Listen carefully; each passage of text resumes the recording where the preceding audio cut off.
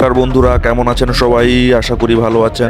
আজকের ব্লগ দেখুন বন্ধুরা, আজকে প্রথমে ক্যামেরায় দেখতে পাচ্ছেন গাছের উপর সাপ। গাছের উপর সাপ বন্ধুরা দেখতে পাবেন আপনারা। গাছের উপর বিশাল বড় সাপ বন্যায় ভেসে এসছে। এই পাহাড়ি কোনো সাপ দেখতে থাকলে পুরো ভিডিওটা দেখুন। বিশ্বাস করুন, এটা কোনো সুইমিং পুল নয়। আমি কোনো সুইমিং পুলে আসিনি। এটা হচ্ছে আমাদের পাশের গ্রামেরই মাঠ ছিল, আর এটা যে গ্রামের রাস্তা। তো দেখুন কি অবস্থা। লোক দার্জিলিং যায় পাহাড় দেখতে, আর আমি চলে এসেছি এইখানে। এটার জায়গাটা বলে দিই, এটা হচ্ছে পটাশপুরের কাছেই, একদম পটাশপুর থানার আন্ডারে। এটা হচ্ছে ট্যাপরপাড়া মিনি মার্কেটের কাছেই। দেখুন এই অবস্থা। এই অবস্থা, এই যে রথ হয় না, ট্যাপরপাড়ার রথ, তো সেই রথটা যেখানে হয় সেটা পেরোলেই এই অবস্থা। দেখুন কি অবস্থা হয়েছে। আর এ পাশের গ্রামগুলো পুরো অবস্থা খারাপ, ডুবে গেছে। আর আমি যে করছি, আমাদের এখানেও গ্রামে জল চলে এসছে। আমি আপনাদের পরের ভিডিওতে দেখাবো। যদি আপনারা দেখতে চান অবশ্যই কমেন্ট করুন ইয়েস বলে। তো দেখুন বন্ধুরা, এখানে মাছ ধরা চলছে। অনেক কিছু জিনিস আমরা দেখতে পাবো এই ভিডিওর মাধ্যমে। দেখতে পাচ্ছেন কত কিছু মাছ চলছে। মাছ ধরা তো চলছে। আর বন্যায় মানুষরা একটু তো আনন্দ করছে, এবং তার সঙ্গে দেখুন কেউ ভিডিও বানাচ্ছে, কেউ রিলস বানাচ্ছে।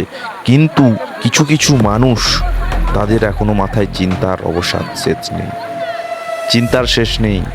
দেখুন কারোর কাছে পৌষ বলে না, কারোর কাছে পৌষ মাস, কারোর কাছে সর্বনাশ।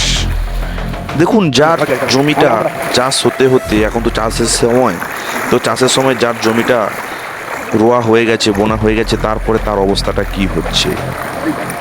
তার এত টাকা, এত পরিশ্রম, পুরো একটা আশা, ভরসা, বিশ্বাস, তার অবস্থাটা কি হচ্ছে। সে চাইছে কোনো রকম যেন জলটা চলে যায়। এ দেখতে পাচ্ছেন পুরো মাঠটা দেখুন। রাস্তার উপরে, রাস্তাটা এত উঁচু, তবুও রাস্তার উপরে জলটা দেখুন। আমি পুরোটা আপনাদের ভ্রমণ করে দেখাবো, আমি পুরোটাই গিয়ে দেখাবো। আমার একটু সঙ্গে থাকুন, মন দিয়ে ভিডিওটা একটু দেখুন, কেউ স্কিপ করবেন না দয়া করে। দেখুন পুরো এইখানটা একটু উঁচু জায়গা আছে, তো উঁচু আছে বলে আমরা এখানটা একটু দাঁড়িয়েছি। তবু উঁচুতে কতটা জল যাচ্ছে দেখুন, জলের স্রোত যাচ্ছে, পুরো জলের স্রোত। এখানে আমি ভয়েস ওভারটা একটু সাউন্ড কমানো আছে, আমি দেখাবো, দিলে জলের সাউন্ডটা আপনারা বুঝতে পারবেন। আমরা যাচ্ছি, জলের স্রোতটা দেখুন বন্ধুরা, পুরো ডুবে গেছে। পুরো ওই পাশের গ্রাম পুরো ডুবে গেছে। আর এ পাশটা পুরো আমরা যাচ্ছি হেঁটে হেঁটে, এ পাশটা দেখুন, পুরো কেসটা দেখুন, পুরো ডুবে গেছে। আর এই পাশটা জল যাচ্ছে। আর এইখানটায় উঁচু বলে কিছু কিছু মাছওয়ারা যারা মাছ ধরছেন, বেশ সুন্দরভাবে পারাপার করতে হচ্ছে, হয়ে যাচ্ছে। আর আমি যাচ্ছি এই পাশটা দেখুন, পুরো জলমগ্ন এলাকা। সবে রাস্তার উপরে কেউ জাল মারছে, জাল মেরে যাচ্ছে। আর এ পাশটা দেখুন কেউ একজন যাচ্ছে, আর হাতে যে ব্যাগগুলো দেখছেন এগুলো হচ্ছে মাছ আছে, অর্থাৎ জাল ফেলে এই ব্যাগের মধ্যেই মাছগুলো রাখছে সবাই। দেখুন আমরা মজা করছি বটে, কিন্তু ভিতরের ছবিটা একটু অন্যরকম। এই যে জল দেখছেন, এই জলটা দেখে কেউ ফেসবুকে যেরকম রিলস বানায়, ইউটিউবে একটু ভিডিও বানায়, আর কারোর জন্য রাতের ঘুমও উড়ে যায়। এই জল ঢুকেছে রান্নাঘরে, ধানের জমিতে, পুরো তো ডুবেই গেছে, দেখতেই পাচ্ছেন। সামনে কি হবে কেউ জানে না। দেখুন একটা কাকু আমাকে দারুণ কথা বললো, জলকে তো আটকানো যায় না, তার সাথে থাকতে শিখতে হয়। দেখুন এই কথাটা কিন্তু খুব ভালো বলেছেন। উনি আমায় বললেন, দেখুন জলকে কখনো আটকে রাখা সম্ভব নয়, তার সঙ্গে থাকতে শিখতে হয়। তো আমরা যারা আমাদের ধরুন গ্রামের বাড়ি নয়, বা যারা শহরে থাকেন, তারা হয়তো জানেন যে এসির জল নিয়ে তারা বিরক্তি হয়। এসি থেকে এত জল বেরোচ্ছে, এই জলটা কোথায় করবে, বিরক্তি হয়। আর এখানে দেখুন মানুষের খাবার জল নিয়ে চিন্তায় আছে। অবশ্যই প্রশাসন থেকে ত্রাণ এসছে শুনলাম, ঠিক আছে, কিন্তু এই বিশাল জলের সামনে সেটা কতটা পৌঁছাচ্ছে বা কতটা পৌঁছাতে পারবে, সেটাও একটু ভাবছি। দেখুন সরকার তার সরকারের মতো কাজ করবে, প্রশাসন প্রশাসনের মতো কাজ করবে, কিন্তু আমাদেরকে এগিয়ে যেতে হবে। এই বন্যা অবস্থা কিছুদিন আগে তো দেখলেন আসামের অবস্থাটা কি। আসামে যেমন সব মানুষ এগিয়ে এসেছিল আসামকে সাহায্য করার জন্য, আর বাকি সব রাজ্যের মানুষেরা, এখানেও সেরকম। আর এখানে অনেক কিছু জিনিস শেখার আছে, জানার আছে, দেখার আছে, বোঝার আছে, অনেক কিছু। দেখুন একটা বন্যা হলে মানুষ অনেক কিছু শিখিয়ে দেয়। যেমন দেখলাম বন্যা হয়েছিল বলে সবাই যারা বাড়িতে থাকতে পারেনি তারা হচ্ছে কি করেছিল, একসঙ্গে চলে এসেছিল। একসঙ্গে থেকে সবাই কি করেছিল, খিচুড়ি খেয়েছিল। দেখুন এই যে একসঙ্গে থাকা, একসঙ্গে রাখা, সব কিছুই কিন্তু আমরা শেখাচ্ছি। মানুষে মানুষে বিদ্বেষ, রাগারাগি, হানাহানি, হিংসা, এইসব তো খুব তুচ্ছ ব্যাপার। একটা জিনিস জানবেন, আজ মানুষ কি করে, নিজের স্বার্থে রাগারাগি, মারামারি, হিংসা এগুলো করে, তাই তো? কিন্তু একটা জিনিস মনে রাখবেন, এইগুলো কিন্তু মানে নিছক, বেকার। সেই বিপদের সময় সেই মানুষেরই কাজে লাগে। মানুষকে পাশে আসতে হয়।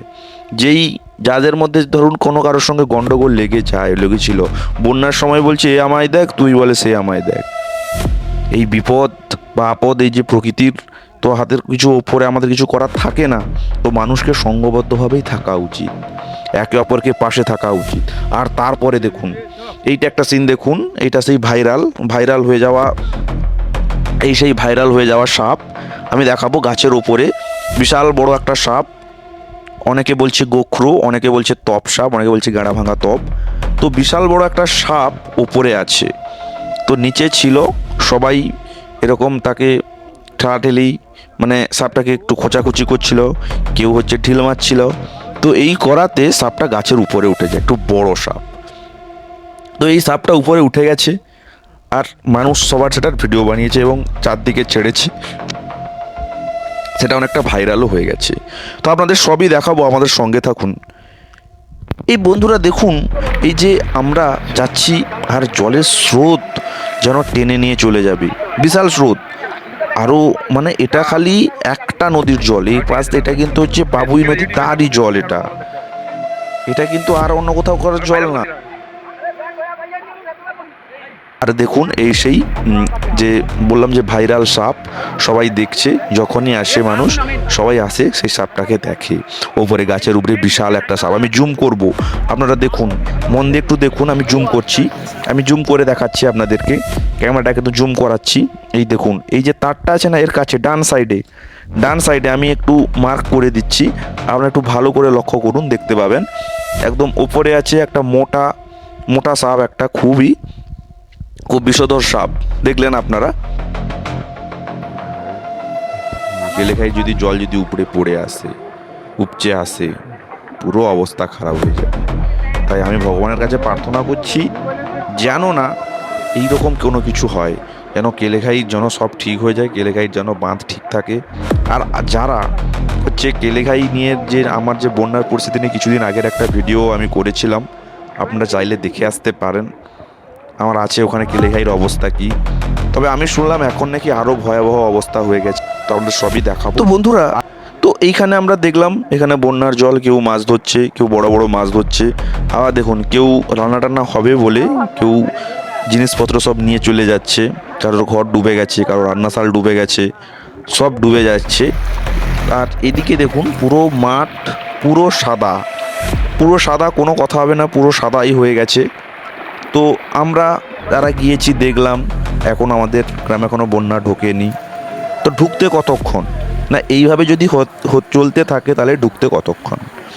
আর দেখুন এখানে মাছি ভাইরা অনেকে আছেন, আনন্দে জাল ফেলছেন, জাল ফেলেই যাচ্ছেন যদি কিছু মাছ আসে। আমরা চলে এসেছি বাপনদার কাছে। তো বাপনদার বাড়িটা এখানে। তো বাপনদা বলো, তোমার এখানে মানে কখন থেকে জল লেগেছে? জোরসে বলো, মাইকে নিয়ে দেখে মাছটা একটু দেখাও। মাছ দেখে, বড় মাছ ধরেছে জালি ভাই, খুব ভালো, খুব বড় মাছ। জলটা কখন এসছে? জলটা আমাদের কালকে সকালে এসছে জলটা। আচ্ছা, দিয়ে এখন তো ঘর বাড়ির অবস্থা কেমন আছে? এগুলো ঘর বাড়ি ডুবে গেছে। এই সাইডটা আমাদের টেপরপাড়া, এটা 6 নম্বর গোপালপুর গ্রাম পঞ্চায়েতের। আচ্ছা, এটা বাগুই নদীর জলটা উপচে পড়েছে, এই জন্য জলটা কাল থেকে প্রচুর জল এসছে, জলের স্রোত। ঘর বাড়িটা ডুবে গেছে নাকি? হ্যাঁ, ঘর ডুবেছে, হালকা ডুবেছে। আরো কি মনে হয় কি মানে এখানে কি লোকারণ্য ছিল কাল রাত থাকতে? লোকে খুব কি এসেছিল? প্রচুর লোক মাছ ধরতে আসছে, প্রচুর লোক, গাড়ি টাড়ি সব বন্ধ আছে। আচ্ছা। আর কি জল কি বাড়তে পারে মনে হয়? জলের স্রোত কি বেড়েছে? জলের স্রোত বেড়েছে, জল আর বাড়েনি কাল থেকে। ও আচ্ছা, জল এখানে তাহলে কতদিন স্টে করে থাকে মনে হয়? 2-4 দিন থাকবে, তারপর জল চলে যাবে। জল চলে যায়। তো কেমন লাগছে এই যে বন্যাতে, কেমন লাগছে? বন্যাতে কেমন লাগে? আচ্ছা ঠিক আছে, অসংখ্য ধন্যবাদ বাপনদাকে। বাপনদার বাড়ি এইখানে। তো বন্ধুরা দেখছেন বাপনদার বাড়ি এইখানে, খুব কাছের লোকই আমার। তো দেখতে এলাম, ওর সঙ্গে দেখা করতে এলাম। পুরো বন্যায় পুরো ডুবে গেছে এ পাশটা, লোকারণ্য এখানে দেখতে পাচ্ছেন। তো এইখানে হচ্ছে প্লাস যে মাছও ধরা হচ্ছে, মাছ পড়ছে। এই দিকটা দেখো, এবার এই দিকটা সোজা করে দেখো, এই দিকটা মাঠের দিকে ঠিক আছে, লাগিয়ে দিছ নাকি? আরে সে ভাবতে পারে বলে তাকে মারতে দিয়েছিল। মাঠের দিকটা দেখো। সে মাছটা লাস্টে একটা মাছ তার হাতে লাগিয়েছে, বুঝতে পারছো? লাগ এইটা দেখো, কতক্ষণ সে মারা লাগেনি। কি লাগিয়ে দিছ নাকি গো? এই দেখো, এই আরে তো ছোট মাছও বড় মাছও, মাছ তো শুকাতে দিতে হবে। আপনারাও একটু ভগবানের কাছে প্রার্থনা করবেন যেন এই গ্রামের জল তাড়াতাড়ি নেমে যায়, আর আমার ক্যামেরাটাও যেন না দেবে। আর ভিডিওগুলো ভালো লাগলে অবশ্যই লাইক করবেন, শেয়ার করবেন, কমেন্ট করবেন। আর যারা নতুন আছেন দয়া করে দেবেন একটু সাবস্ক্রাইব করে দেবেন। আর ঠাকুরকে সবাই একটু যেন বৃষ্টিটা না হয়, বৃষ্টি হলে আমাদের গ্রাম ডুবে যাবে। তাকে দিয়েছিল, তখন সে লাগিয়েও দিল। হ্যাঁ, হাফ কোমর জলে নেমে আমার বাড়ির সামনে আমাকে একটু হাফ কোমর জলে নেমে আমাকে ভিডিও বানাতে হবে। ধন্যবাদ, দেখা হবে। আস্তে আস্তে হবে, অত অধৈর্য হলে হবে।